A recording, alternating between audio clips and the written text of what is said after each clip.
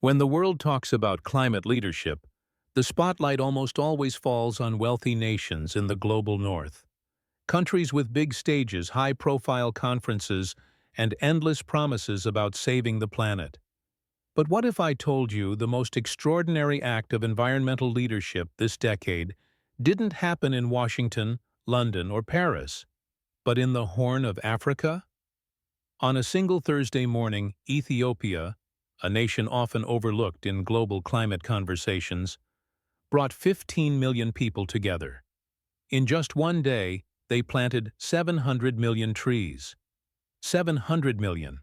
That's more than twice the number of trees in New York's entire Central Park, multiplied by 100. It wasn't a photo op. It wasn't a publicity stunt. It was a nationwide effort so massive that government offices closed, markets went quiet, and whole communities, from bustling city streets to the most remote mountain villages, put down their tools to put seedlings in the ground. And here's the part that might surprise you even more. Ethiopia did this without waiting for foreign donors, without chasing carbon credit markets, and without asking permission from the so-called climate leaders of the world.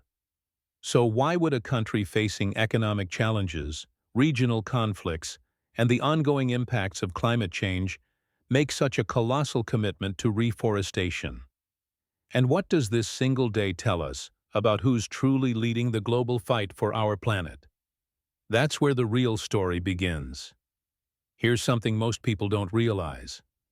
A century ago, Ethiopia's forests covered about 40% of the country. Today, that figure has plummeted to just 15%. The reasons aren't simply local mismanagement, as Western narratives often claim. The roots run much deeper, into the soil of colonial exploitation and global economic dependency. For decades, European powers stripped vast areas of Africa for timber, minerals, and export crops. In Ethiopia's case, even though it was one of the few nations to resist long-term colonization, it still faced the same pressures. Monoculture plantations that drained water resources, mining projects that scarred landscapes, and international trade systems that prioritized foreign profit over local survival. Let's be clear, the same nations that now deliver lectures about responsible environmental stewardship built their wealth by fueling the very crisis they claim to be solving. They cut down African forests to power their industrial revolutions, shipped away raw materials, and left behind degraded land and struggling communities. And the hypocrisy doesn't stop there. When environmentalism rose in the West during the 1960s and 70s, Africa was often painted as either a helpless victim in need of saving or a continent whose primitive practices needed modernizing. Rarely did these narratives acknowledge that African traditional knowledge had sustained complex ecosystems for thousands of years, long before the first smokestack appeared in Manchester or Pittsburgh. Now ask yourself, if those traditional systems worked for centuries, why were they sidelined? Whose interests were served by replacing them with foreign models of conservation? Ones that often displaced local communities while serving tourism and resource extraction. And this is why Ethiopia's reforestation drive isn't just about planting trees. It's about reclaiming agency. It's about reversing a story that was written without Africa's consent. It's about proving that leadership can emerge from a place that global media often ignores, and do so at a scale that makes the so-called leaders look like followers. But Ethiopia's Green Legacy initiative didn't appear out of thin air. It started with one audacious idea, a vision so big that most people thought it was impossible. And that vision came from the very top. It's 2019. Ethiopia's new Prime Minister, Abiy Ahmed, stands before his country and lays out a plan that sounds almost impossible. Plant 50 billion trees by 2026. Not 50 million, 50 billion. That's nearly 5 trees for every person on the planet. Now here's the thing. Most leaders throw around big numbers like that knowing they'll never be held accountable for them. Kpudem Abiy? He started planting the very same year. And he wasn't talking about a government program buried in paperwork. He was talking about a movement that would live in the culture, not just in policy. Instead of chasing foreign grants or making a show for international climate summits, the Green Legacy Initiative was built on a simple but powerful idea. Ethiopia will do this on its own terms. The seeds, quite literally, would come from Ethiopian hands, planted in Ethiopian soil, for Ethiopian futures. Think about it. In a world where environmental projects are often tied to donor conditions, carbon credit markets, or NGO oversight, Ethiopia was saying, "Thanks, but no thanks. We've got this." And they meant it. The strategy was clever. They linked tree planting to national pride. They made it part of school activities, community gatherings, even religious events. Government offices? Closed for planting days. Media? Saturated with stories of citizens turning out in droves. It became something people wanted to be part of, not because they were told to, but because it felt like their mission. And here's a little twist most international headlines missed. The initiative drew heavily on Ethiopia's traditional farming and land management wisdom. Those same methods that Western conservationists once dismissed as outdated were now key to restoring degraded land. It's one thing to announce a big idea. It's another to get millions of people to show up for it. And in Ethiopia's case, what happened next would turn heads not just in Africa, but across the world. July 29, 2019. A Thursday. By sunrise, the streets of Addis Ababa were quieter than usual. Government offices were closed. Schools and businesses paused. Even in the most remote corners of the Amhara highlands, people were on the move. Not to work, not to shop, but to plant. 15 million Ethiopians stepped outside that morning with a shared mission: get seedlings into the ground. Farmers, shopkeepers, students, elders, all digging side by side. Shovels clinked against dry soil, hands pressed roots into place. And rows of green began to take shape under the East African sun. 700 million trees in a single day. To put that in perspective, that's like every single person in the United States planting more than 2 trees before lunch. Or imagine reforesting an area the size of Los Angeles in less than 24 hours. This wasn't a half-hearted turnout. It was a mobilization on a scale that most countries could never dream of pulling off. The logistics alone were staggering. Millions of seedlings prepared in advance, transportation arranged to reach every region, coordination between local leaders, farmers' associations, youth groups, and religious institutions. And here's the part that really matters. People didn't show up because they were threatened with fines or forced by law. They came because the vision had become personal. The Green Legacy wasn't a government slogan anymore. It was a cultural statement, a point of pride. Ask anyone who was there, and they'll tell you the same thing. It felt less like a campaign and more like a festival of renewal. There were songs, laughter, stories being shared between generations, and under all of it, a quiet awareness that this wasn't just about today. It was about the kind of Ethiopia their children would inherit. But what Ethiopia achieved that day goes beyond breaking a world record. It challenged a much deeper assumption, that environmental restoration on this scale is only possible with foreign money, complex bureaucracy, and years of planning. Ethiopia proved it can be done in a single day when the will is there. And yet this was only one chapter. The real question was, could this momentum be sustained? Could tree planting become not just an event, but a long-term engine for economic and environmental transformation? For Ethiopia, planting trees wasn't just an environmental gesture. It was an economic strategy in disguise. Because here's the truth. When a country's forests disappear, so does its ability to feed itself. In the last century, Ethiopia's forest loss coincided with a rise in soil erosion, declining crop yields, and growing vulnerability to droughts and floods. When the land can't hold water, rivers dry up faster. When the soil is stripped of nutrients, farmers have to fight twice as hard to grow half as much. And in a nation where agriculture employs more than 70% of the population, that's not just a climate issue, it's a matter of survival. Restoring forests is like repairing the natural water towers of the country. Trees help regulate rainfall patterns, keep the soil moist, and protect against the flash floods that can wipe out entire harvests in a single afternoon. They anchor the soil, prevent landslides, and keep watersheds healthy, all of which translate into more stable farming seasons and better yields. And here's where Ethiopia quietly flips the script on the Western development narrative. For decades, we've been told that developing nations have to choose: chase rapid economic growth now, or protect the environment for later. But Ethiopia is showing that you can do both, that restoring nature can actually drive growth. Healthy forests mean more fertile farmland. More fertile farmland means stronger food security.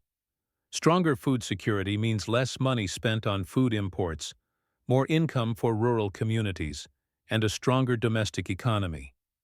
It's a chain reaction that doesn't just green the land, it strengthens the entire nation. Think about it. While some governments debate whether climate action is a cost they can afford, Ethiopia is treating it as an investment. And in a world where climate change is making extreme weather the new normal, that investment isn't optional. It's the difference between resilience and crisis. The Green Legacy Initiative isn't a side project. It's economic policy, environmental restoration, and national identity rolled into one. And that combination is exactly why it's catching the world's attention. And in some corners, making certain leaders very uncomfortable. Because if Ethiopia can pull this off without massive foreign funding, what does that say about the excuses other countries keep making? On the surface, planting 700 million trees looks like a purely environmental milestone. But in the arena of global politics, it's something more: a diplomatic power move. Here's why. Every year, at climate summits from Glasgow to Sharm el-Sheikh, African nations argue that they bear the smallest responsibility for historic emissions, yet they face some of the harshest impacts. Their demand is straightforward. Wealthy nations should provide substantial climate financing to help them adapt and recover. But wealthy nations have a habit of falling short on those promises. Pledges of billions turn into checks worth millions, often tied to conditions that keep African economies dependent. Ethiopia's Green Legacy flips the script. It says, "We're not waiting for you." While others negotiate over percentages and target dates, Ethiopia is physically transforming its landscape at a scale that dwarfs many countries' entire climate action plans. That carries weight in the negotiating room. It strengthens Africa's moral authority to say, "We are doing our part. Where is yours?" It also disrupts the comfortable narrative that real climate leadership only comes from the North. And here's the part that makes certain diplomats squirm. Ethiopia is achieving this without letting international carbon markets dictate the terms. For many African countries, those markets offer pennies for the carbon they store, while allowing polluters elsewhere to keep burning fossil fuels. By going its own way, Ethiopia is proving you don't have to trade sovereignty for funding. The ripple effect? Other African leaders are watching. If Ethiopia can mobilize its own people, its own resources, and still deliver results at this scale, what's stopping them? That question alone is a quiet challenge to the status quo. This is why the Green Legacy isn't just about trees. It's about leverage. It's about showing that environmental leadership can come from places long excluded from the decision-making table, and that when it does, it can change the conversation entirely. And yet, in the media coverage that followed, much of this political weight was conveniently left out. The spotlight shifted elsewhere, and not always in ways that told the full story. When Ethiopia announced that 700 million trees had been planted in a single day, it should have been a headline celebrated around the globe, and in some places it was, briefly. But much of the coverage from major Western outlets took a different tone. Instead of focusing on the scale of the achievement, many stories zeroed in on doubts. Were all the trees actually planted? Would the seedlings survive? Was the counting method scientifically sound? Now it's fair to ask questions. That's journalism. But here's the double standard. When a European city plants a few thousand trees, or a Western corporation announces a modest net zero pledge, those same outlets rarely lead with skepticism. The coverage is glowing, the tone is celebratory, and the numbers are rarely interrogated with the same intensity. This isn't just about Ethiopia.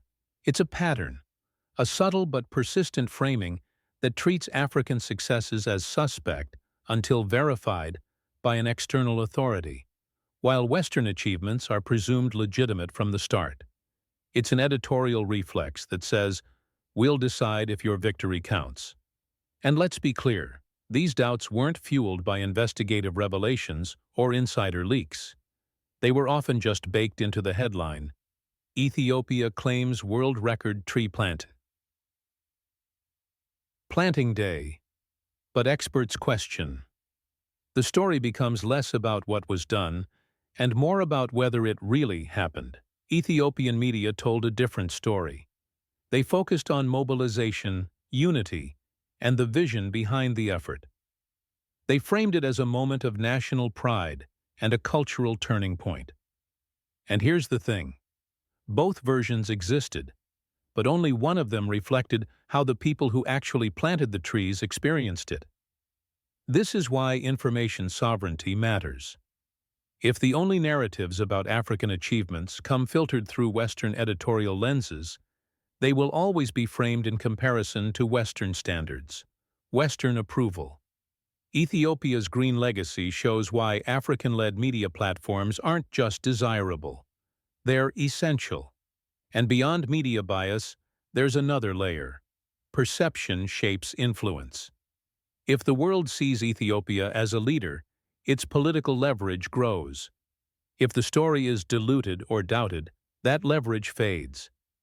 That's why the battle over the narrative is almost as important as the planting itself. And if you think the planting day was impressive, wait until you see what it's doing for Ethiopia's younger generation, the people who will inherit this legacy and decide whether it flourishes or fades. In Ethiopia, the green legacy isn't just an environmental project, it's a generational project. And the country's youth are at the center of it. Across Africa, young people make up the fastest-growing segment of the population. In Ethiopia, more than 60% are under the age of 25. That's a demographic reality with huge implications.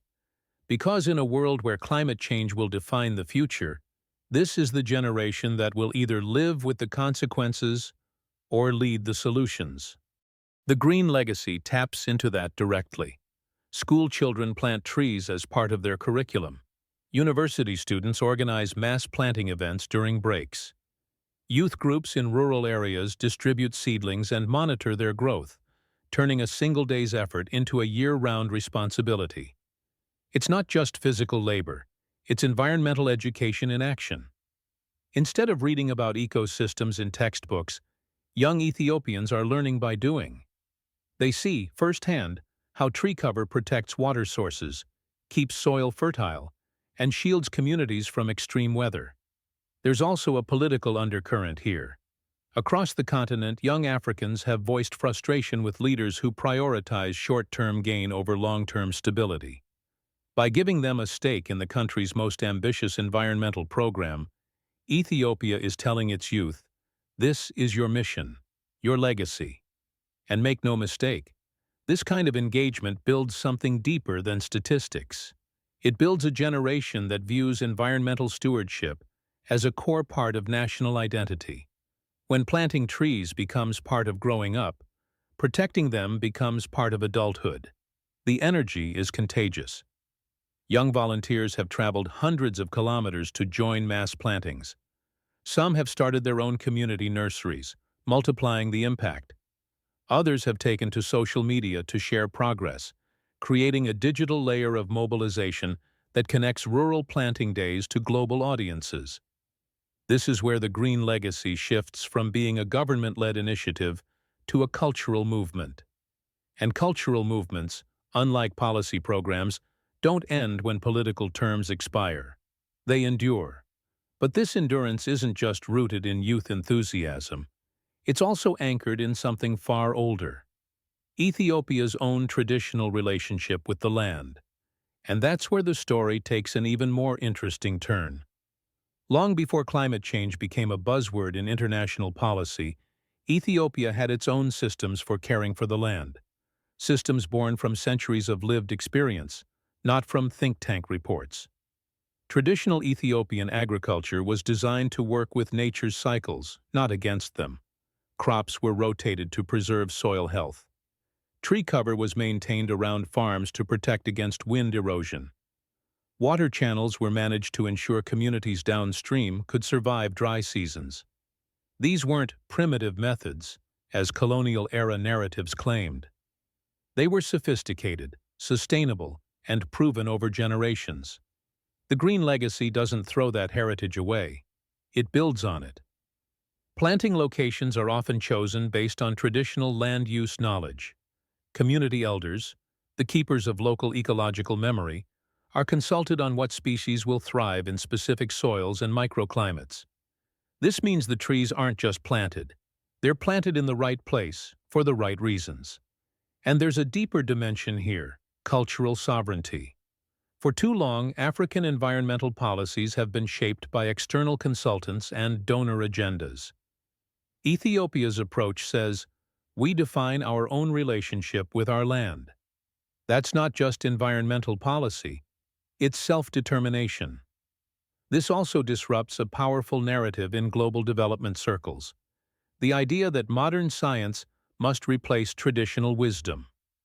Ethiopia is proving the opposite, that modern science can enhance traditional wisdom, and the two together can outperform either one alone. There's another advantage to this approach.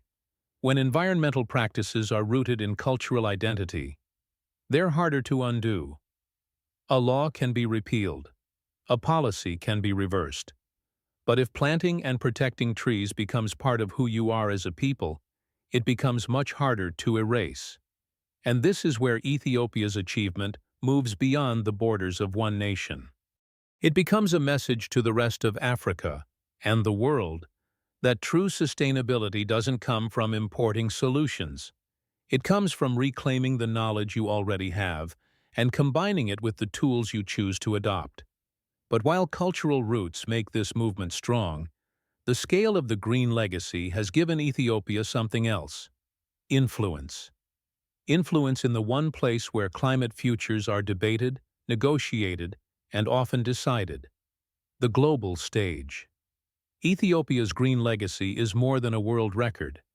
It's proof that leadership doesn't have to come from the usual capitals, the usual conferences, or the usual power brokers. It's happening right now, in places the world too often underestimates. In one day, 15 million people put 700 million trees in the ground. But the deeper achievement is the culture that's been planted alongside them. A culture of environmental stewardship, national pride, and collective responsibility. This is not a future ambition. It's a present reality. While the richest nations in the world argue over target dates and trade carbon credits, Ethiopia is out there reshaping its land, strengthening its food security, and training its next generation of environmental leaders. That's not theory, that's action. And in the climate crisis, action is the only currency that counts. Think about what this means for the bigger picture. If one country, with limited resources and no dependence on foreign dictates, can mobilize at this scale, what excuse does anyone else have? How many climate conferences will it take before other leaders realize that real change doesn't start in boardrooms? It starts in the soil. This is why stories like Ethiopia's matter. They don't just change how we see the country. They challenge how we see the entire balance of global leadership. And they remind us that solutions to the world's biggest problems don't always come from where the world is looking. So here's my challenge to you. If you believe that this kind of leadership deserves to be seen, heard, and recognized, Don't let it vanish in the next news cycle. Talk about it. Share it. Ask your leaders why they aren't matching this level of commitment. And if you think stories like this are worth telling, stories that give credit where it's due, that amplify voices too often ignored, then let's make sure they're heard. Like this video, share it, subscribe so you don't miss the next story that challenges the status quo.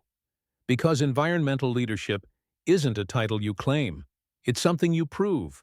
One action, one community, and yes, sometimes 700 million trees at a time.